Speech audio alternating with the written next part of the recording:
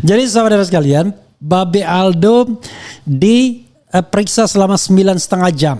Kemudian dihujani 71 pertanyaan. Yang sampai dia hujan-hujan basah-basah. Jadi kita ingin tahu ya apa saja yang ditanyakan, terutama terkait tempus delictinya, kapan kejadiannya, locus delictinya, kan ujung-ujungnya nih tindak pidananya apa yang mau diarahkan sesungguhnya. Silakan B, tetapi sebelumnya silakan Babe mau ngomong dari manapun. Iya, siapa?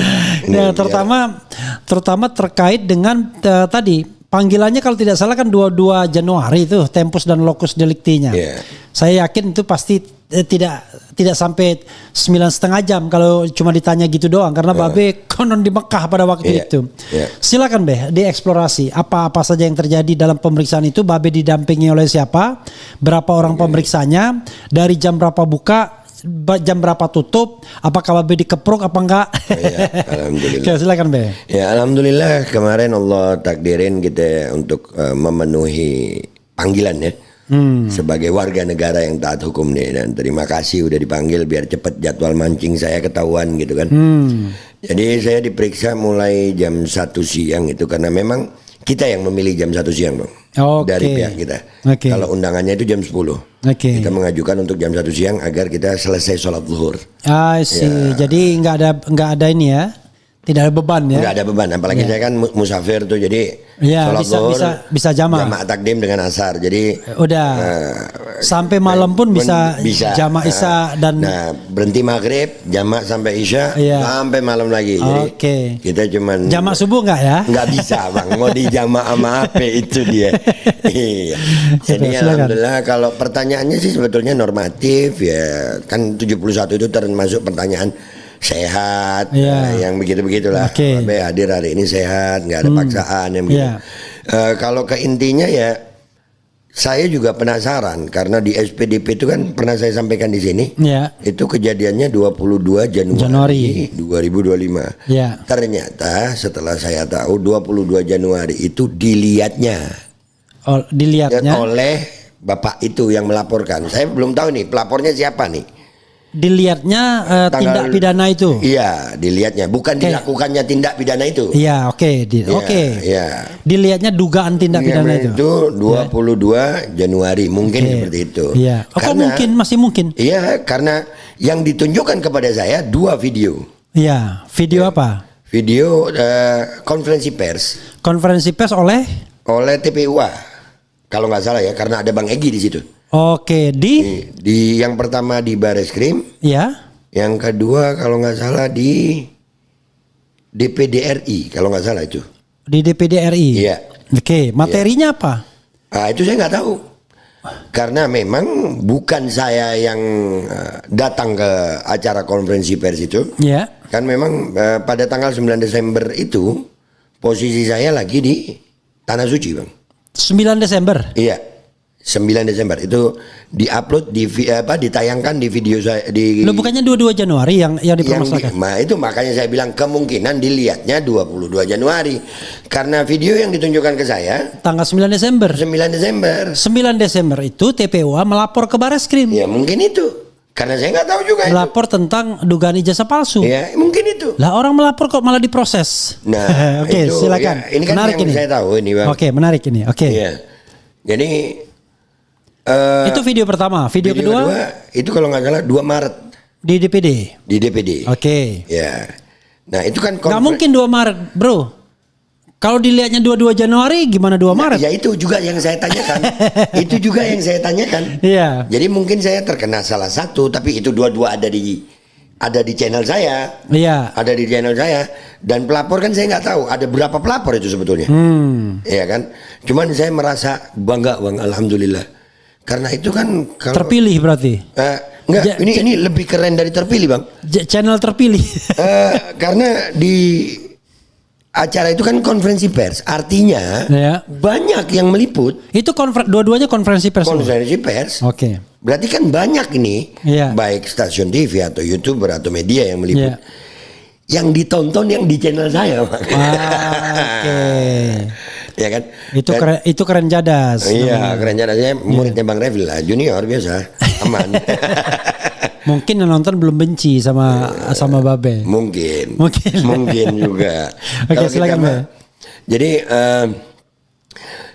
akhirnya kami jelaskan bahwasannya di konten YouTube kami, kenapa saya katakan kami? Karena di channel Babe Aldo Suara Kebenaran itu memang saya bersama rekan saya dan juga dipanggil itu, rekan saya juga dipanggil, Arif Nugraha. Oke. Iya. Arif. Oke. Kapan dipanggil dia? Belum tahu ini. Belum tahu. Ya. Oh, bareng join. Iya, sama-sama pegang akun. I see. Ya, sama-sama. Walaupun Babe tidak di Jakarta, tetapi Arif yang bisa yang kemudian menyebarkannya ke sana. Bisa. Makanya. Dan at that time Babe sebenarnya di Tanah Suci. Di Tanah Suci. Tanggal 9 Desember. Iya. Kalau 22 Maret diduga 22 Maret? 2 Maret. 2 Maret tadi di mana? 2 Maret saya ada di Jepara. Saya baru pulang dari Tanah Suci awal Ramadan. Ya. Salah satu istri saya ada operasi di Jepara. Istri saya ya? Salah satu istri saya. Harus jelas saya Bang. Oke. Iya, saya harus jelas. Saya mau nge-softkan ternyata nggak boleh. Karena soft itu justru membuat salah satu marah nanti Bang. Oke.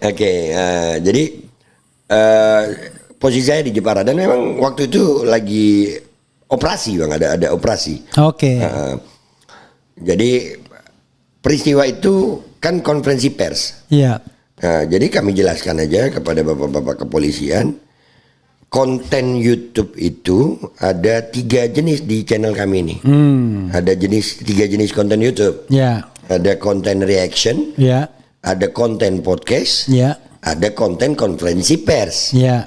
Kalau reaction itu biasanya saya yang mereaksi. Ya. Caranya kami screenshot dari media nasional, kami baca atau kami download, dikomentari, baru kami komentari, itu reaction. Kalau podcast itu saya nggak bisa podcast karena nggak bisa bayar bintang tamu dan nggak punya studio juga. Kan podcast kan bisa dengan HP doang kan? Iya, tapi saya nggak punya studionya juga Bang. Kan nggak pakai studio, ketemu di jalan juga bisa podcast. Ngerekamnya susah Bang kalau di jalan. Live. Agak susah kalau saya Bang. Oh agak susah, oke. Teruskan. Nah, dan biasa yang melakukan itu memang Arif biasa. Kadang-kadang Arif by Zoom, kadang sama saya. Arif Nugraha. Iya, kadang-kadang by Zoom. Nah itu kalau 2 jenis konten ini itu kita lakukan atas inisiatif kami. Oh kami itu berdua ya? Iya, kami. Iya. Karena otomatis dong kita kamu mereaksi, saya yang memutuskan, saya yang milih, saya yang punya niatan untuk mereaksi itu. Kalau di konten situ saya melakukan pidana, itu saya tanggung jawab. Tapi di 2 video ini kami merasa tidak bertanggung jawab karena ini konferensi pers. Sementara kita adalah insan pers. Ya kita insan pers dan dalam kode etik pers, kode etik jurnalistik, kita tidak boleh memotong isi konferensi pers. Apa yang disampaikan oleh narasumber itu, ya itulah yang kita tampilkan. Kalaupun ada editing di situ, bukan dengan edit memotong. Beda kalau kita bikin reaction atau podcast, itu bisa kita potong-potong. Tapi kalau konferensi pers kita tampilkan utuh. Editingnya di situ paling kita bikin bumper, cuplikan, kasih logo, cepetin dikit temponya. Iya, kasih timer. Kalau ada yang ngomongnya kurang keras kita tambah volumenya. Yang kosong-kosong kita rapetin. Iya, begitu. Ada jeda-jeda sepersekian detik kita rapetin. Tapi tidak boleh mengubah isi pembicaraan yang disampaikan oleh yang membuat acara konferensi pers. Dan kami diundang. Nah, diundang itu Arif ya, bukan Babe ya. Saya tetap berkata kami lah Bang. Ya oke. Berarti Babe ngomong soal konten ya? Iya, tentang konten. Jadi saya memang mau fokus dengan permasalahan ini, permasalahan apa. Dan saya baru tahu di situ. Saya baru tahu. Bahkan yang dimaksud dugaan tindak pidana ini baru lihat di situ saya. Iya. Yang lucunya ya itu tadi Bang, saya ada merasa bangga dikit. Wah, ini konferensi pers. Berarti ya setidak-tidaknya dia tonton 4 YouTube tuh. YouTube Abraham Samad, YouTube Babe Aldo, YouTube Langkah Update, Ya minimal 3 itu. Iya. Sama YouTube ini Sentana. Itu. Nah, tapi di situ di peristiwa itu saya nggak melihat ada Rismond loh bang. Iya kan Rismond baru muncul April ke depan. Nah itu saya artinya ngelihat itu ya lucu juga gitu. Oh berarti di situ ada dugaan tindak pidana di situ. Di peristiwa itu konferensi pers. Jadi itu. Saya tegaskan lagi, konferensi pers di depan Barreskrim itu pada tanggal 9 Desember diduga ya. Dan itu kalau saya seingat saya dan saya tidak lupa itu 9 Desember itu adalah hari di mana TPUA melaporkan tindak pidana dugaan penggunaan dokumen palsu ya. Nah itu yang kemudian dilakukan proses penyelidikan oleh Barreskrim Mabes Polri dan sudah dihentikan 22 Mei dengan press conference-nya Johandani kan. Tapi kalau 2 Maret saya blank. 2 Maret itu konferensi pers juga. Iya. Di Dewan Perwakilan Daerah. Iya, saya ngelihatnya di DPD itu karena ada tulisan DPD di video. Iya. Dan yang hadir TPUA juga. Orang-orang yang sama kayaknya, cuman ada beberapa yang beda ya. Saya pastikan Roy Suryo nggak ada itu. Nggak ada. Dr. Tifa nggak ada. Rismond nggak ada. Nggak ada. Karena saya tahu mereka bukan geng TPUA. Iya. Mereka ini kan muncul di ranah media sosial ini bukan along with TPUA dengan. Iya, enggak. Tetapi mereka ya muncul dengan konten pribadi masing-masing sesungguhnya. Iya. Oke, teruskan Be. Nah, setelah tadi malam itu saya baru tahu ini kejadiannya begini ini baru tahu. Jadi alhamdulillah saya sampaikan apa adanya. Ya. Dan pemeriksaannya enak-enak aja bang, alhamdulillah. Alhamdulillah polisinya baik-baik aja. Ya karena yang diperiksa itu bukan maling. Iyalah. Dan yang diperiksa ini orang-orang terdidik semua. Alhamdulillah. Dan nggak ada kejadian yang menyeramkan, nggak ada. Bahkan waktu mau sholat maghrib itu saya yang minta izin duluan. Bisa break dulu kita pak, ini maghrib udah deket. Semua pemeriksaan kasus-kasus yang berbau politik itu memang begitu. Saya jarang sopan semua. Iya jarang sih sampai ngebahas Al-Quran. Iya. Jadi alhamdulillah. Yang penting kita lihat ujungnya jadi tersangka apa enggak. Alhamdulillah gitu. Sampai tadi malam saya menandatangani juga berita acara sumpah. Ya. Berita acara sebagai saksi. Iya sumpah. Karena kalau misalnya nanti berbohong kena sumpah palsu. Iya, itu tapi status sebagai saksi. Karena kalau Babe tersangka itu boleh ingkar. Oke. Itu bedanya. Pinternya dia ya. Dijadikan dulu saksi supaya ngomong apa adanya. Iya. Kemudian nanti beda lagi gitu. Ya udah, oke, teruskan. Iya, tapi kalau intinya saya Bang, alhamdulillah saya berbuat apapun yang saya perbuat di media sosial atau dalam kehidupan saya, tujuan kami ya memang yang paling utama adalah mengatakan yang hak. Dan itu juga ditanya. Itu kemarin ditanya juga apa tujuannya bikin konten begini nih, ada duitnya. Nggak semua dapat duit Bapak. Dia nggak ngerti. Nggak ngerti. Itu saya jelasin itu Bang. Cari uang di YouTube kan susah. Waduh nggak gampang. Jadi nggak mesti dapat duit Bang. Enggak. Di YouTube itu ada dolar merah, dolar kuning, dolar hijau. Sudah itu juga syukur-syukur kita dapat dolar hijau dan itu pun masih dihitung per tayang. Iya. Dan gak gampang.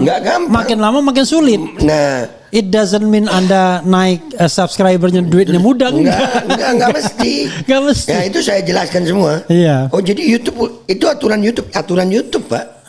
Kadang apa yang kami dapatkan pun tidak sesuai sama kuota yang kami keluarkan. Belum lagi resiko yang seperti ini kita hadapi. Ya, bahkan kalau saya sempat nambahin tapi sama bercanda itu. Loh kalau saya mau duit, tidak berdiri di sisi sini saya. Sisi sono lebih banyak duitnya itu. Bukan lebih banyak duitnya. Iya makanya. Kalau lebih banyak itu seolah di sini ada duit. Ini antara yang ada duitnya dan nggak ada duitnya. Jadi memang kami berdiri di sini bukan karena itu, Pak. Bukan. Kami pengen menyampaikan opini, menyalurkan aspirasi masyarakat yang beredar. Dan yang paling utama itu kami jujur aja nih ladang pahala bagi kami. Ya, karena setelah saya mati video saya masih ada.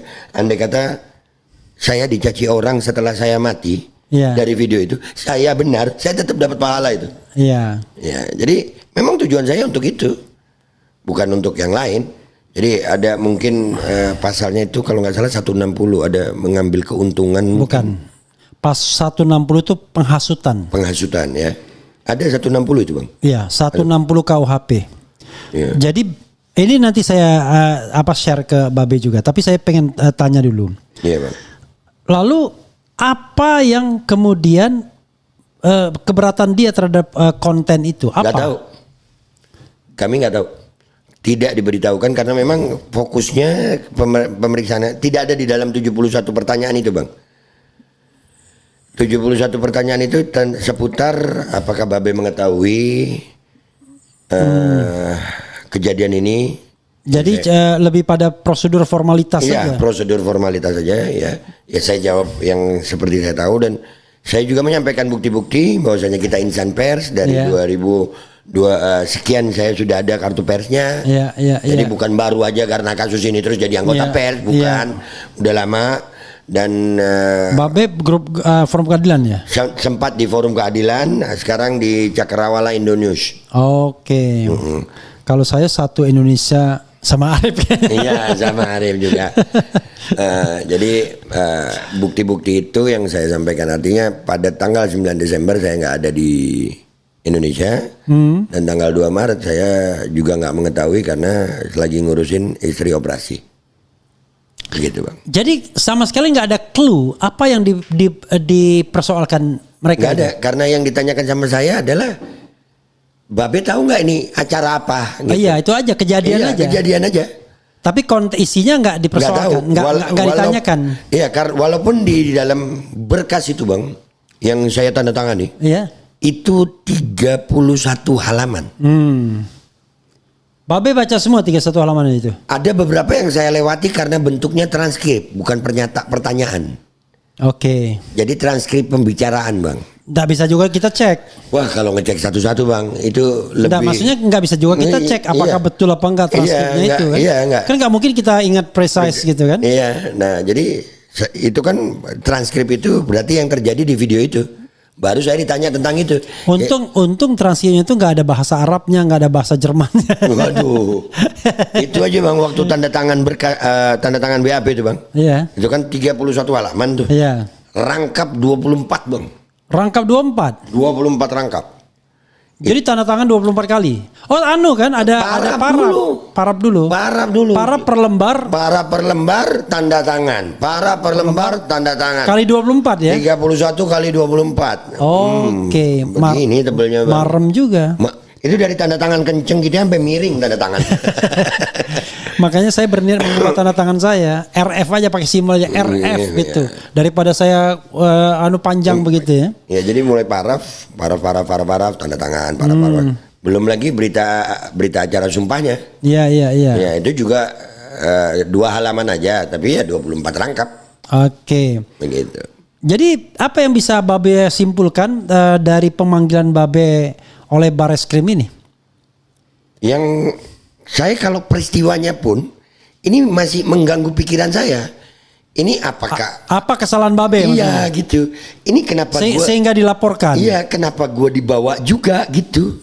Iya. Nah, kalau konferensi pers, andai kata ada permasalahan pada konferensi pers manapun, yang salah jelas yang ngundang dong, Bang. Ini kalau umpamanya ada kasus seperti ini, terus yang bikin acara yang diundang ini juga kena, kan bahaya, Bang. Berapa banyak konferensi pers ini, Bang? Ya, tapi itu sudah terjadi juga kepada banyak orang ya. Ingat nggak dalam kasus Habib Bahar itu? Ada YouTuber kecil gitu kan yang ikut sidang juga tapi nggak diperhatikan orang, tapi dihukum juga. Iya. Ya, tapi kan dia menyiarkan, Bang. Iya, dia menyiarkan acara itu. Iya. Ini kan kalau konteks peristiwa hukumnya ini konferensi pers, Bang. Iya. Ya, kalau dari namanya saja, maka seyogyanya, ini bahasa gua halus banget ini, bentar, Bang. Seyogyanya bukan insan pers yang dipanggil, Ya langsung yang berkecimpung di mana? Jadi ini dulu karena ada pasal menyebarkan berita bohong dulu. Jadi berita bohong itu adalah berita yang tidak disukai oleh penguasa, kan gitu kan? Maka dalam kasus Habib Bahar misalnya, kena dia pasal berita bohong, tetapi dicari juga yang menyebarkannya, yaitulah YouTuber itu. Tapi pasal itu sudah dihapus oleh MK. Dan bahkan dalam panggilan Barreskrim nggak ada penyebaran berita bohong. Adanya melakukan ujaran kebencian. Ujaran kebenciannya Babe di mana? Penghasutan Babe di mana? Orang Babe nggak ngomong apa-apa. Ada kalimat mentransmisikan mungkin itu Bang. Kenapa? Mentransmisikan. Iya, bisa jadi ujaran kebencian itu kan. Ya. Tetapi kalau itu materinya, misalnya gini, ujaran kebenciannya apa? Apa ujaran kebenciannya? Nggak tahu saya. Kan harus jelas. Iya, itu saya nggak dikasih tahu dan saya nggak tahu memang. Makanya kan harus jelas. Anda ingin menuduh saya apanya sehingga saya bisa istilahnya membela diri kan. Tetapi pintar dia karena Babe belum tersangka. Sehingga belum bisa yang namanya membela diri begitu kan. Kalau saya menyampaikan apa adanya aja. Saya memang nggak tahu. Cuman ya itu yang jadi beban pikiran saya aja. Walaupun alhamdulillah saya lega Bang. Ya terima kasih juga doanya, pelajarannya. Cuman ada itu di beban pikiran saya. Ini salahnya pers di mana gitu. Ya kalau Babe aja begitu apalagi saya Nah iya. Saya sampai ditanya misalnya kemarin sama Kompas TV. Dengan diprosesnya Abraham Samad bagaimana pendapat Refli? Dia tahu kan? Saya lebih banyak bikin konten dibandingin Abraham Samad. Tetapi saya mengatakan di awal, itu negara yang masih memproses orang berpendapat itu, bikin podcast apa itu pasti negara yang demokrasinya sontoloyo. Orang berpendapat ya. Oke, menarik. Apalagi yang ingin Babe share? Nggak ada, itu aja Bang. Alhamdulillah aja. Cuman buat rekan-rekan yang lain ya. Ini kasus hukum yang saya lihat kayaknya penuh intrik. Dipaksakan. Saya lebih memilih bahasa penuh intrik. Karena ini intriknya banyak banget. Iya, karena begini nggak apa-apa ya sobat sekalian kita pembelajaran hukumnya. Nah itu saya mau ke sini belajar hukum. Jadi begini, kemarin kan saya debat tuh sama pengadu, namanya Adi Darmawan. Lalu ada Susnodo Aji. Ketika saya ditanya, saya bilang begini, ini nih kita ini harus jelas yang diadukan siapa. Delik aduan sama delik umum itu nggak boleh digabungkan jadi satu. Karena kalau delik aduan itu harus jelas bukti-buktinya di provide oleh pelapor atau pengadu. Contoh misalnya. Ini nggak apa-apa ya sobat sekalian, kita udah selesai dan tadi ada materinya, tapi kita diskusi aja. Dalam delik aduan, saya datang nih misalnya, Pak, saya Refli Harun Pak, ada apa? Saya dicemarkan nama baik saya Pak, bahkan difitnah. Oh, akan ditanya kan, paling nggak ini saya seolah-olah dialog. Kapan kejadiannya? Kan begitu. Berarti kita bicara tentang locus delicti. Di mana? Terbalik. Tempus delicti. Di mana locus delicti? Lalu apa materi pencemarannya itu apa? Ngomong apa? Kayak Sylvester kan jelas tuh. JK apa dia bilang negara ini hancur orang kayak JK. Pokoknya itu tertranskrip secara benar itu. Itu materinya itu. Oke. Lalu yang paling penting juga siapa terlapornya? Masa misalnya datang, Pak, saya dicemarkan, Pak. Oh ya, kapan kejadiannya? Saya nggak tahu, Pak, kapan. Yang jelas saya nonton TV-nya tanggal sekian, ya kan? Lalu siapa yang melakukannya? Nggak tahu, Pak. Terserah Bapak. Pokoknya cari aja. Kan nggak bisa begitu, kenapa delik aduan itu dipisahkan dengan delik umum? Karena dalam delik aduan, bukti itu harus disediakan oleh pelapor. Penegak hukum nggak boleh nyari-nyari, nggak boleh nambah-nambah. Kan namanya delik aduan itu sesuai dengan perasaan masing-masing. Tergantung pengadu. Iya. Tapi dalam delik umum polisi yang aktif mencari alat-alat buktinya. Nah, karena itu nggak boleh digabung. Sekarang masalahnya adalah dalam kasus Babe yang diproses itu apa? Apakah delik aduan ataukah delik umum? Kan begitu. Yang nonton tanggal 22 Januari itu ya Babe kira kan siapa yang nonton? Karena sebelumnya ada tanggal 26 Maret. Yang pertama kali ketika masih klarifikasi. Rupanya kayaknya diperbaiki atau apa nggak ngerti. Jadi dalam konteks ini kata Susnodo Aji menambahkan. Ya memang harus jelas polisi itu apa dulu yang diproses. Kalau ini masalahnya adalah soal pencemaran nama baik. Ya diproses dulu pencemaran nama baiknya. Tapi masalahnya apa? Kalau masalahnya ijazah palsu. Ijazah palsunya dibuktikan dulu. Kalau terbukti ijazah palsunya selesai, nggak ada lagi namanya pencemaran nama baik dan fitnah. Tapi kalau tidak terbukti berdasarkan putusan pengadilan yang berkekuatan hukum tetap baru bisa diproses. Begitu dia bilang. Nah ini nggak jelas orang dilaporkan, pelapornya aja kita nggak tahu. Coba. Babe dilaporkan kan? Iya. Babe tahu nggak siapa yang melaporkan Babe? Ada beberapa dan saya nggak tahu itu. Iya nggak kan? Iya nggak ya.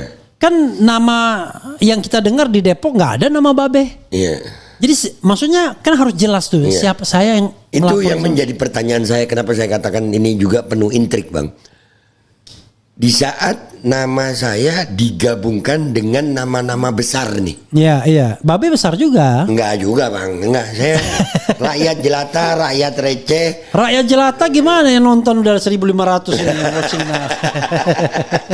Enggak, bagi gini. Di dalam permasalahan ijazah goib Jokowi, ya saya tetap ijazah goib, Bang. Iya. Ya, karena sampai hari ini belum kelihatan gitu. Iya.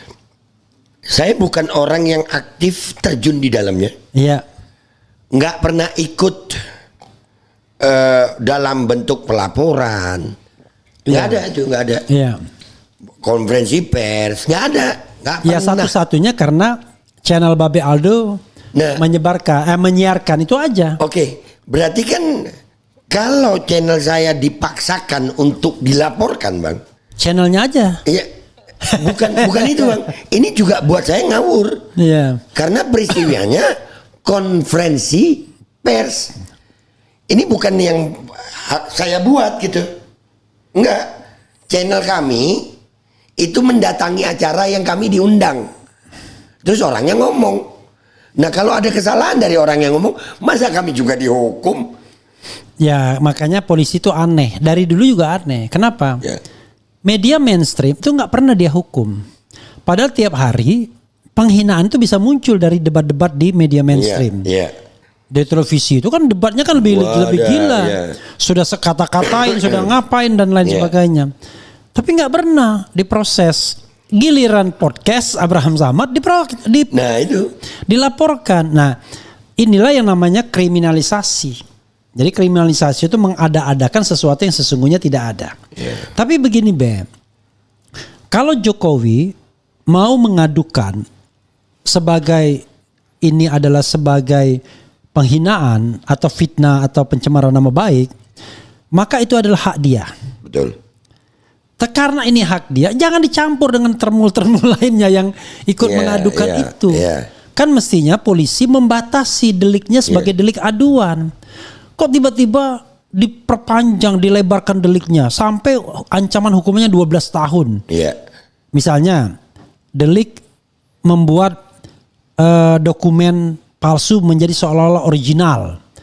Itu 12 tahun di Undang-Undang ITE pasal 35.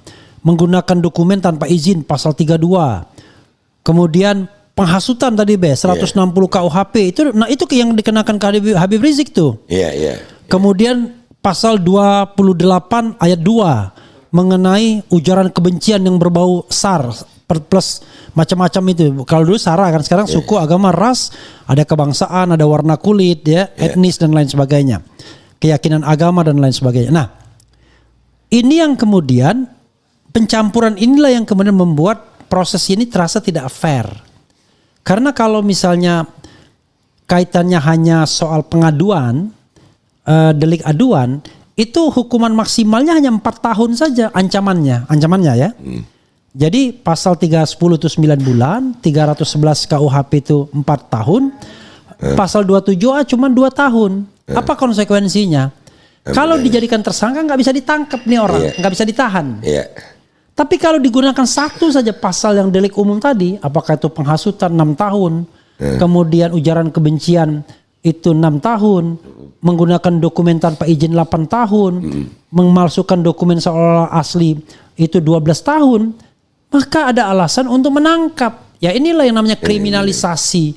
Padahal harusnya yang diproses itu yang tadi, yaitu pencemaran nama baik soal ijazah palsu. Tapi untuk mengatakan dia tercemar atau tidak, ijazahnya dibuktikan terlebih dahulu. Kalau enggak peradilan sesat namanya, kayak Gus Nur dan Bambang Tri. Di mana Gus Nur dan Bambang Tri berubah dari delik menyebarkan berita bohong ke delik menyebarkan kebencian, ujaran kebencian.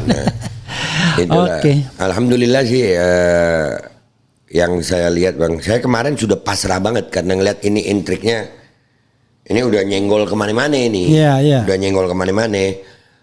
Bahkan Bang Abraham Samad itu kan juga, kalau yang saya lihat ya podcastnya model Bang Refli juga ngundang, yang ngundang narasumber, dan itu kan bukan sebuah peristiwa pidana kalau buat saya. Nah, tapi karena udah apa ini ya, udah nyenggolnya kemana-mana. Nah, saya alhamdulillah bersyukur sama Allah, masya Allah jaga berarti. Ya sampai tadi malam ya saya masih saksi gitu. I see. Dan jadi, memang sampai sekarang belum ada yang dijadikan tersangka. Karena bingung juga dia. Tersangka kasus apa? Nah, itu Bang, kami nggak tahu juga. Jadi kalau misalnya dia bilang soal ijazah palsu itu adalah katakanlah sebuah pencemaran nama baik ya kan, maka harusnya itu aja yang diproses. Tapi buktikan dulu. Kan terkesan sekarang ini tidak mau memproses pembuktian tentang ijazah palsu, tapi ingin mengkriminalkan orang. Ini Bang, saya ada pertanyaan itu Bang Refli ngomong begitu tadi. Ini tidak mau. Boleh dibalik be. Enggak, maksud saya gini. Tadi kan Bang Refli seolah-olah tidak mau memproses ijazah Pak Jokowi kan? Itu sebenarnya tidak mau atau menunda Bang? Karena sedang berproses mungkin. Enggak juga, enggak bisa. Karena tidak ada dokumen yang bisa original nantinya. Ketika dibuktikan. Kalau dibuat baru kan kertasnya ketahuan nanti. Tintanya kan ketahuan. Oke, let's say kan saya tahu maksud Babe kan. Blankonya dicarilah, dioprek-oprek. Dapatlah blankonya misalnya. Tapi tintanya Be. Kalau kita mau fair kan, nanti kan yang tersangka kan berhak untuk defense dong. Kami pengen tuh pemeriksaan tinta, usia dan kan respon canggih tuh yang begitu-begitu. Nggak berani. Karena itu yang saya katakan tuh indikasinya jelas Be. Apa? Saya kan udah menyebutkan 3 hal. Satu, gugatan perbuatan melawan hukum akan dinyatakan tidak dapat diterima atau NO. Benar terjadi. Proses di Barreskrim akan dihentikan. Benar terjadi. Polda Metro akan ditindaklanjuti. Benar terjadi. Tetapi ditindaklanjutinya bukan pembuktian ijazah palsu atau tidak, tetapi tindak pidana umumnya. Misalnya Babe melakukan penghasutan, melakukan ujaran kebencian. Lalu untuk respon atau Roy Suryo ditambah mengoprak-aprik menggunakan dokumen orang tanpa izin. Kemudian mengoprak-aprik dokumen agar tampak asli dan lain sebagainya.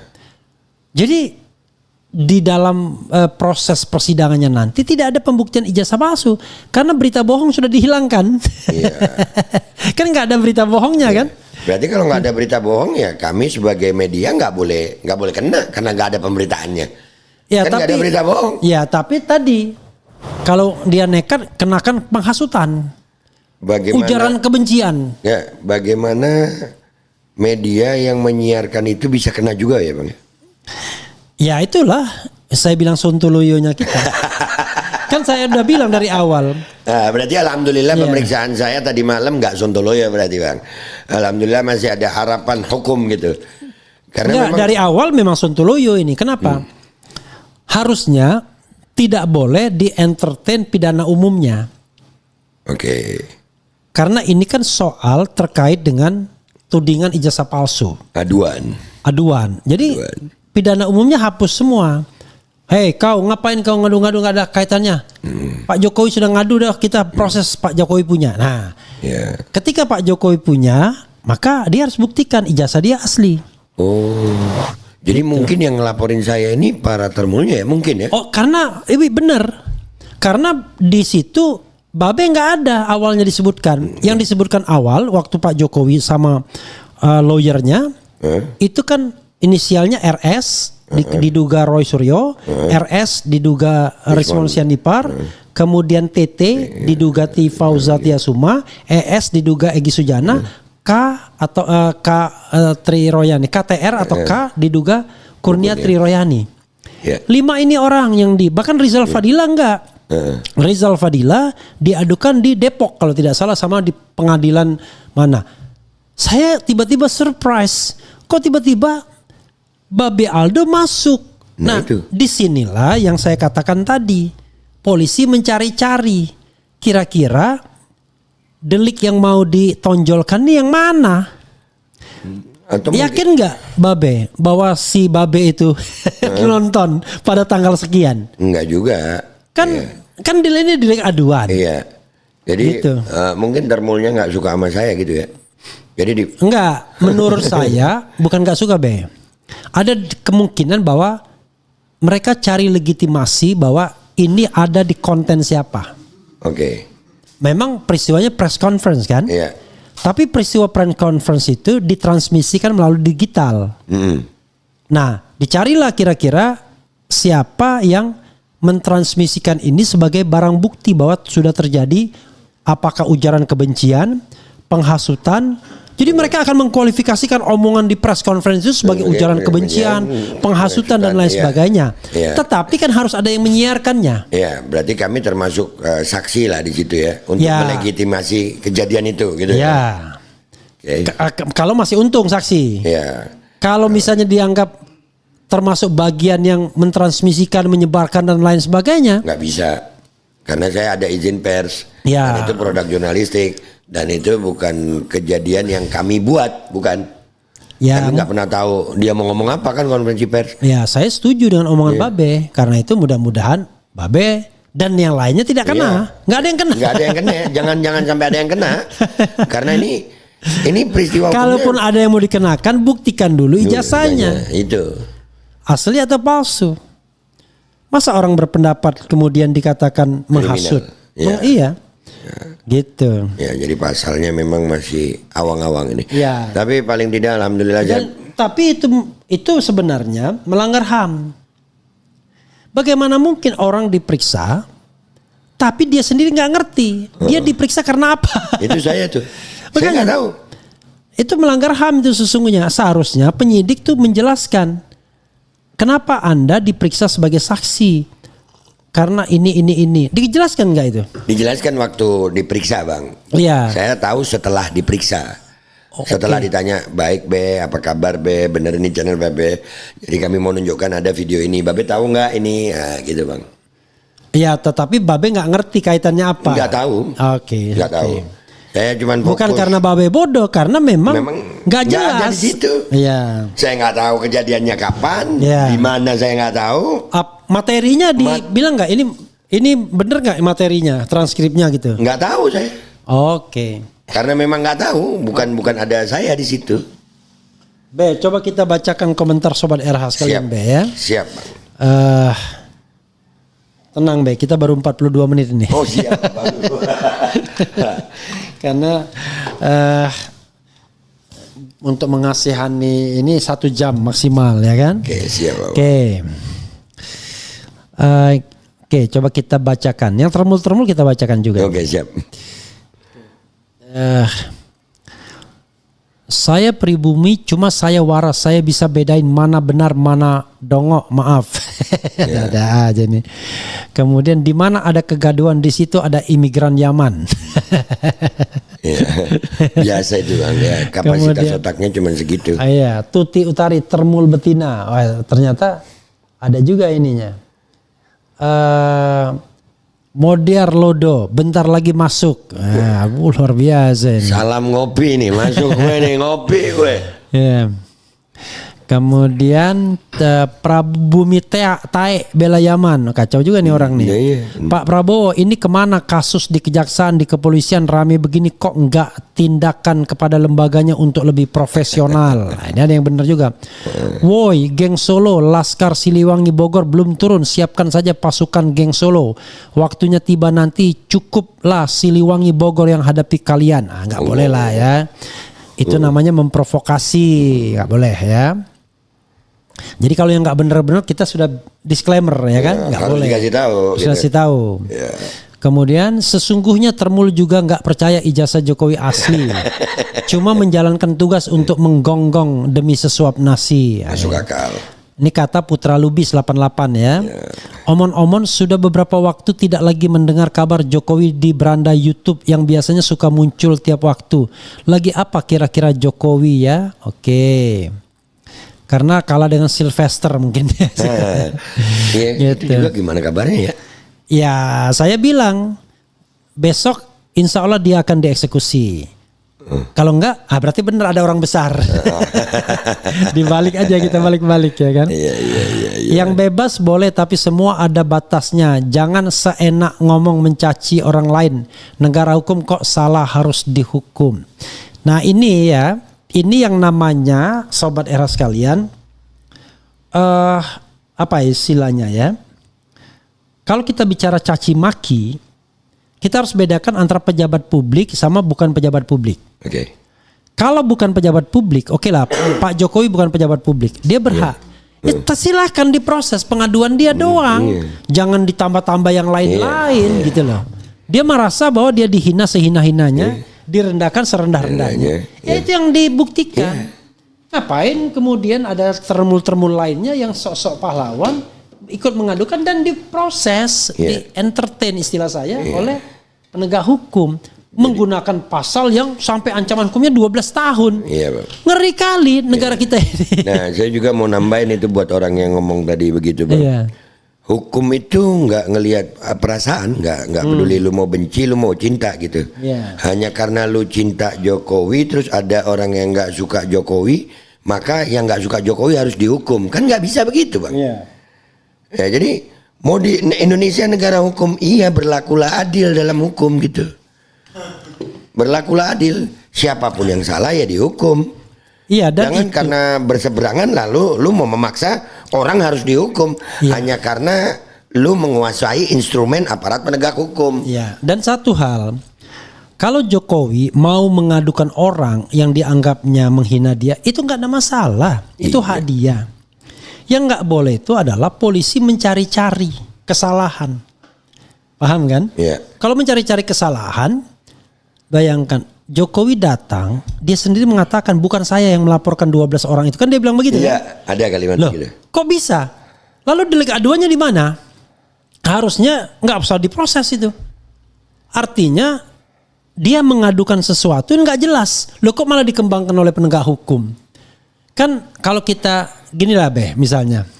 Dulu ingat kasus Gus Nur sama saya, interview kan? Yang diadukan Gus Nur. Karena itu delik aduan. Yang merasa terhina mengadukan. Yang menghina. Iya. Orang nanya kok Refli nggak diadukan? Loh, pengaduan itu subjektif. Jadi nggak bisa polisi nyari-nyari. Jadi kalau yang diadukan satu ya satu aja. Nggak bisa jadi dua, kecuali diadukan dua ya dua. Lah ini nol, nggak ada yang diadukan. Tapi kok bisa ada 12 terlapor? Bahkan bertambah sekarang katanya. Bertambah. Iya kan, ada Arif itu kan tambahan. Terus ada yang nggak ada, karena di dalam surat itu yang payahnya adalah sampai terakhir dan kawan-kawan. Oh iya itu banyak banget. Ada dan kawan-kawan itu. Iya dan kawan-kawan itu ini luas itu Bang. Iya membuka kemungkinan ada terlapor baru. Waduh negara kita ini. Gitu. Ada pertanyaan dari saya nih Bang. Iya oke silakan. Iya kan ini orang ahli hukum seperti Bang Refli dan beberapa profesor lain termasuk Pak Susno Duaji ya. Melihat kan ada kejanggalan dalam proses ini kan Bang. Kira-kira rakyat seperti kita ini mau mengadu kemana untuk proses yang kita lihat janggal ini? Ini Babe ngomong dengan harapan atau ngomong dengan putus asa? Dengan harapan Bang, karena ya kalau dalam harapan begini. Ini kan kita bicara tentang profesionalisme penegakan hukum. Ya. Maka di dalam kepolisian itu ada yang namanya propam. Kalau propam nggak mempan ke Irwasum. Irwasum itu maksudnya masih internal polisi kan? Nah, jadi propam itu profesi dan pengamanan. Itu kalau misalnya tindakan disiplin kan? Indisipliner. Ya, kalau misalnya orang itu tidak disiplin, indisipliner, maka didisiplinkan. Itu propam. Yang kadif propamnya pernah sambung dulu. Makanya ini rada tadi Bang Revi bilang harapan atau putus asa. Tadi harapan, sekarang mulai putus asa saya ini. Nah, lalu Irwasum. Kalau kadif propam itu bintang 2. Kalau Irwasum, kadif propam itu iya kayaknya bintang 2 kadif propam. Dulu waktu itu kan Irjen kan Pak. Kalau Irwasum itu bintang 3. Jadi Inspektur Pengawasan Umum. Komjen berarti. Ya, Komjen. Nah, ini baru kita bicara yang internal. Yang eksternal ada Kompolnas. Komisi Kepolisian Nasional yang setiap masa membela polisi. KM 50 bela polisi. Kanjuruhan bela polisi. Tapi kalau Kanjuruhan saya nggak mendengar. Yang setahu Sambo bela polisi. Nah, ini sekarang juga bela polisi juga dalam konteks ijazah palsu ini kan sudah ada itu Kompolnas yang mantan Komnas HAM dulu. Pokoknya yang komisi-komisi kayaknya percuma juga ya Bang ya. Nah, itu satu, itu pengaduan. Kalau kita mau bicara mengenai itu, kalau kita bicara struktur penegakan hukumnya kan, Oke. Kemana lagi kita mengadu? Ya ke DPR lah. Sebagai wakil rakyat kita ya kan. Nah, kemana coba?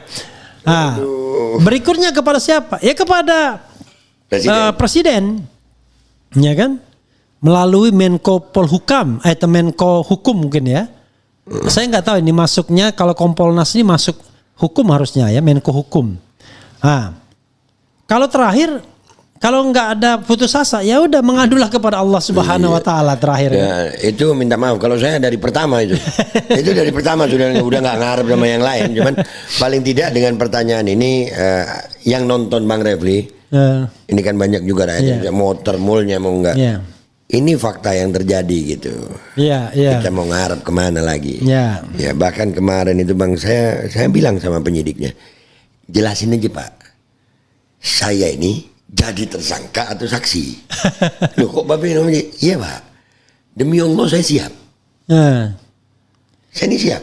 Ditanya jadi tersangka apa gitu? Iya, pokoknya saya siap. Saya sampai udah bilang begitu. Saya udah siap Bang. Karena tidak semua terjadi kecuali atas izin Allah. Saya melakukan ini semua karena Allah. Dan Bapak jangan khawatir saya bohong. Saya nggak takut sama Bapak, nggak takut sama hukum dunia, enggak. Saya takut sama Allah. Ya jadi tolong dipercaya. Enggak santai ini. Alhamdulillah santai. Ya jadi saya udah ngelihat ini kejadian begini. Udahlah mau ngarep kemana lagi? Tadi dijelasin sama Bang Revi. Ini kan proses. Ini kan tadi awalnya harapan Bang. Awalnya harapan. Begitu Bang Refli bilang kadif propam mulai deh tuh. Dari harapan ini turun tuh. Kadif propamnya udah pernah ada oknum kadif propam yang nembak anak buahnya nih. Ya, gimana kita mau berharap rakyat biasa kan gitu Bang. Begitu nyebut Irwasum itu juga turun lagi nih. Ya terus ke menteri turun lagi. Terakhir DPR udah ya udah ke Allah aja dah lu. Udah jangan dan jangan pernah khawatir tentang ya kalau hukum dunia ya begitulah. Mereka semuanya bisa berbicara, hanya mungkin hari ini angin sedang memihak kepada mereka. Ya tapi insya Allah Bang, arah saya ini udah mulai jadi nelayan Bang. Jadi kami tahu kok nggak semuanya nggak setiap hari laut itu tenang, nggak setiap hari juga itu laut bergelombang, nggak setiap hari angin itu dari timur, nggak setiap hari juga angin dari, selalu berubah arah angin. Itu angin dari alam kan? Iya dari alam. Apalagi buatan manusia. Nah jadi itu bisa dari penjuru 8 itu. Dan Allah bisa merubah itu seperti semudah membalik tangan kalau mau Allah. Nah yang saya maksudkan di sini Bang, buat para ini kebetulan ada di sini. Izin ya Bang? Ya, oke silakan. Iya. Pati sudah membuktikan. Oke. Hati-hati sayang. Jangan lu tekan terus. Ya. Jangan. Yang punya jabatan, yang punya kewenangan. Jangan. Arah angin bisa berubah kakak. Oke. Arah angin bisa berubah. Yang kalian remehkan bisa jadi menakutkan. Itu hati-hati. Dan ini hati-hati buat siapa ini Be? Buat para pejabat pemangku kewenangan Bang. Oke. Mulai dari presiden sampai bawahannya. Semuanya. Oke. Semuanya. Jangan. Rakyat Indonesia ini rakyat paling sabar Bang. Ini sekarang semua dipajekin. Lu tekan terus nanti berontak kesian lu ntar. Ya gak ada kekuasaan yang abadi. Ingat, Allah kalau mau Namrud gugur Bang. Ya. Fir'aun gugur Bang. Jalut atau Goliat gugur Bang. Kerajaan Persia gugur Bang. Ya. Ya, jadi kerajaan Romawi gugur. Tolong, yang kalian hari ini masih menggonggong dan menjilat hanya karena kalian sekarang berada di pihak penguasa. Hati-hati sayang. Hati-hati. Angin bisa berubah. Oke. Ya, laut tenang pun bisa menenggelamkan Bang. Kalau arusnya bawah. Harus bawahnya kuat ya. Iya. Di atas kelihatan tenang Bang. Di bawah muter. Begitu dia salah masuk, terputar di bawah, ditelan kau sama laut. Iya Bang. Begitu Abang. Luar biasa Be. Alhamdulillah. Tiba-tiba ini ada orang bukan termul ini. Be, sering sekali ini saya ini diserang oleh judol. Wah ini absolut super. Iya itu saya juga Bang. Kayaknya, nah ini menunjukkan ini bener nggak ini judul-judul ini sudah diberantas? Kok itu bisa muncul? Loh, Bang Refli dengan berita nih. Ada berita keren itu di Jogja. Apa? Ada sekelompok orang yang dengan kreativitasnya membobol bandar judul. Oh iya, pernah dengar saya, tapi saya tinggal persis. Nah ini. Iya. Jadi kan ini pemain judul yang berhasil bobol bandar judul. Iya. Yang konon katanya bisa menghasilkan kurang lebih 50 juta rupiah per bulan.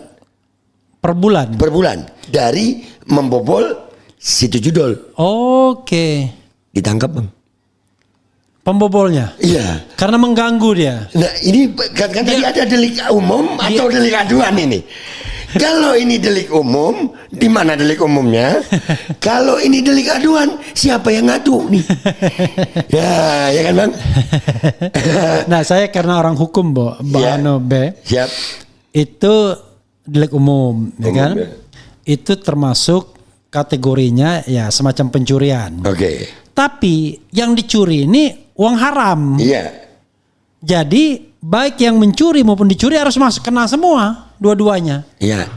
Ini enggak Bang. Makanya hebatnya itu Indonesia. Jadi kan boleh kita berasumsi kalau begini Bang. Iya. Jangan-jangan yang merasa dirugikan itu termasuk yang ada di dalam yang menangkap kan gitu Bang. Kan boleh asumsi gitu ya Bang. Iya. Ya karena itu tadi. Nah itu Abang jangan berharap. Akun saya sering digitukan Bang. Itu pun Bang, sebetulnya kalau kita blokirin Bang, itu membuat algoritma kita jelek. Karena dihitung spam. Iya. Tapi saya jujur Bang, itu yang membuat akhirnya channel kami juga akhirnya mungkin dismonet atau apa. Tapi saya nggak mikir itu karena bagi saya judul haram, membiarkan judul itu ada di komentar itu tetap harus saya hapus. Saya buang-buang ini kalau sempat saya buang-buangin. Kadang dibikin capek Bang, sekali komentar bisa 40 akun. Iya. Yang penting niat kita kan. Iya, yang penting. Mudah-mudahan Allah jaga kita punya niat. Iya. Oke, apalagi Be? Nggak ada Bang, mudah-mudahan selamat semuanya. Oke, sobat RH sekalian, Yaman lagi. Nah, itu saya mau jawab itu Bang. Iya, boleh silakan Be. Buat kalian yang nggak suka sama keturunan Yaman, tolong bikin poskonya cepetan. Gue daftar pertama. Jangan cuman komentar di situ. Iya. Atau kalau kalian pengen aturan itu jadi aturan hukum, gua bantu lu ke DPR RI atau ke Pak Prabowo gitu. Tindakan rasis kalian ini menunjukkan kepengecutan kalian. Ayo, nggak apa-apa kan, menyampaikan pendapat itu boleh kan, Bang. Walaupun pendapat mereka itu sebetulnya rasisme. Saya nggak milih, Bang, lahir jadi anaknya siapa. Saya lahir di mana, ibu saya siapa, dengan wajah apa saya dilahirkan, dikasih nama siapa saya nggak pernah milih. Dan itu saya buktikan, alhamdulillah saya hidup, Bang, berteman dengan berbagai macam suku, bahkan dengan ras lain, etnis lain. Saya juga berteman sama Charlie Chandra juga berteman, banyak. Dulu masih ada mendiang Lius Sungkarisma. Iya. Ini kan Indonesia ini bineka tunggal ika gitu, Bang. Iya, yang kita lawan itu adalah orang zalim.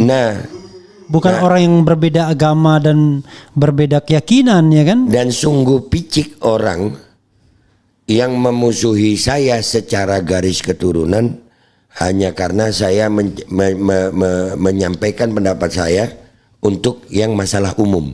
Iya. Itu banyak di Indonesia dari golongannya mukimat itu saya nyebutnya, Bang. Oke. Ya. Ini ada bilang Refli Harun sakti sekali, bintang tamunya pada masuk penjara, Refli selalu lolos. Ini orang bodoh ini. Coba bayangkan ya, Babe Aldo ini tersangka saja belum. Loh, Anda sudah bilang masuk penjara, ini gimana Didikan Sylvester, Bang. Sylvester kan kalau ngomong begitu tuh. Gimana? Sebentar lagi masuk penjara, masuk penjara. Jadi gini, ya, ini buat orang-orang yang selalu bilang masuk penjara. Kita sekolah hukum itu bukan untuk memenjarakan orang. Tapi sekolah hukum itu untuk menegakkan kebenaran dan keadilan. Dan itu inline dengan ajaran agama, amar ma'ruf nahi mungkar. Jadi kalau Anda berpikir masukkan penjara terlalu. Enggak. Dan saya mau bilang sama mereka, sebentar lagi masuk penjara. Jangan masuk penjara, sayang. Demi Allah, sebentar lagi mati gue siap. Iya. Dan semuanya yang hari ini kalian masih punya seragam, yang punya pekerjaan, yang punya jabatan juga akan mati. Dan ketahuilah, yang punya jabatan di dunia belum tentu punya jabatan di akhirat. Tapi B kalau masuk surga ngajak-ngajak B. Insya Allah, mudah-mudahan kita semuanya di barisan yang sama, istiqamah. Iya, saya melakukan. Karena kalau dosa banyak B saya B. Mudah-mudahan Allah ampuni. Amin. Ya kita minta ampun aja sama Allah. Okay. Intinya, Bang, jangan ditakuti nama penjara gitu. Jangan. Saya datang bawa kafan, Bang. Iya. Ini B, efek mubahala di depan Ka'bah sedang berjalan. Ya do. Apanya yang hancur? Saya mubahala di depan Ka'bah tentang bagaimana Imat dan golongannya ini, Bang, yang nggak percaya habaib turunan Nabi. Saya mubahala. Dibilang saya sedang hancur. Enggak, saya lagi bahagia. Setelah saya mubahala itu, Bang, saya umroh lagi 2 kali gratis. Oke. Kira-kira itu efek hancur atau tambah nikmat, Bang? Tambah nikmat dong. Tambah nikmat. Gitu. Setelah saya pulang, saya dilaporkan Jokowi dan teman-teman. Itu saya hancur atau nikmat, Bang? Nikmat. Tergantung melihatnya nikmat. Nikmat kenapa? Makin terkenal gue. Iya, makin terkenal orang. Makin terkenal. Orang ingat lagi sama Babe Aldo. Orang ingat lagi sama Babe Aldo. Diundang-undang lagi gue. Iya. Nikmat. Dan apakah kalaupun penjara, naudzubillah min dzalik, itu jadi hinaan? Enggak. Sayyidina Yusuf alaihissalam di penjara. Tom Lembong di penjara. Tapi Pak, saya ngambil contoh, jangan nanggung, Bang. Kita sholat subuh itu pakai kunut. Iya. Imam Syafi'i di penjara. Ya, jadi kemuliaan yang kalian lihat beda sama kemuliaan yang gue lihat. Kita lihat aja nanti. Ya, mau tahu sukses apa enggak? Nanti kalau pas ajal kita lihat siapa nanti yang di barisan Rasulullah Sallallahu Alaihi Wasallam. Rasulullah Sallallahu Alaihi Wasallam. Bikin podcast aja sambil mancing. Ikut dah mancing wakakak. Kemarin sudah mau begitu, Bang. Oke. Ya, tapi rupanya dipanggil lagi saya ini. Artinya kan kayak kata Bang Refli waktu podcast kita terakhir, Babe nggak mancing keributan. Kali ini keributan yang mancing saya, Bang. Jadi tapi ini perlu dijawab nih, Babe, sebagai orang yang pasti paham. Abdurrahman bin Mulyam pun merasa berada di jalan yang benar dan nikmat. Oke. Jadi Abdurrahman bin Mulyam ini yang membunuh Sayyidina Ali. Iya. Oke. Itu dia bilang. Silakan lu mau bilang gua Abdurrahman bin Muljam. Allah yang tahu. Ya. Ya. Kalau tuduhan kalian tentang hati gue itu nggak ngaruh sama gue. Gue tetap aja begini. Tapi orang ini ya ketika dia menyebut Abdurrahman bin Muljam ini kan orang yang paham ya agama. Maksudnya gini, kita sesama orang yang meyakini agama yang sama ya. Ngapain kita bertengkar ya? Kita bertengkar urusan dunianya aja. Ada kalimat, urusan agama ada kalimat usah. Sayyidina Ali yang keren bang. Radhiyallahu. Kalau ada orang yang berselisih paham karena ilmu, iya, itu pasti ada jalan tengahnya. Iya. Tapi kalau orang berselisih paham karena hasud, iya, nggak ada jalan tengahnya. Iya benar. Karena orang yang cinta itu nggak perlu dalil. Oke. Dan orang yang benci bang, 1000 dalil dikasih tahu dia tetap benci. Jadi nggak bisa bang. Kalau berselisih paham karena Jokowi gimana? Silakan. Dan saya merasa keren. Iya, kenapa? Gua nggak pernah lihat dia ngeliat gua terus. Luar biasa. Iya kan kerenan gua dong bang. Gua nggak pernah nganggap dia penting. Dia siapa? Dia di mana? Cuman ngebacotin gue. Mereka nganggap saya penting. Setiap saya muncul darahnya mendidih.